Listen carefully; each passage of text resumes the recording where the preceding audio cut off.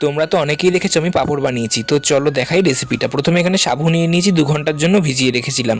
তারপর জলটাকে ঝরিয়ে নিয়ে সাবুটাকে খুব ভালোভাবে ধুয়ে তার মধ্যে আবারও জল দিয়ে বসিয়ে দিয়েছি উনুনে। তো এখানে দেখো সাবুটা কিন্তু আস্তে আস্তে ফুটতে থাকছে, বেশ কিছুক্ষণ এটাকে ফোটাতে হবে।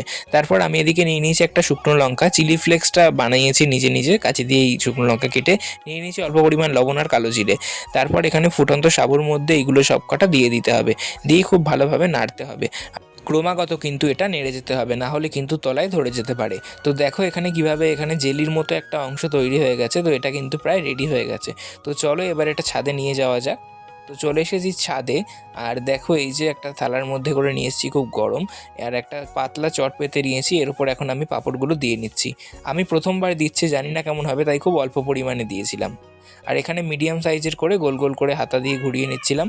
তোমরা কে কে এর আগে বাড়িতে পাঁপড় বানিয়েছো আমাকে কমেন্টে জানিও। আমি তো প্রথমবার বানাচ্ছি, জানি না কেমন হবে। তোমাদের অবশ্যই এর পরের ভিডিওতে দেখাবো যে পাঁপড়গুলো কেমন হয়েছে।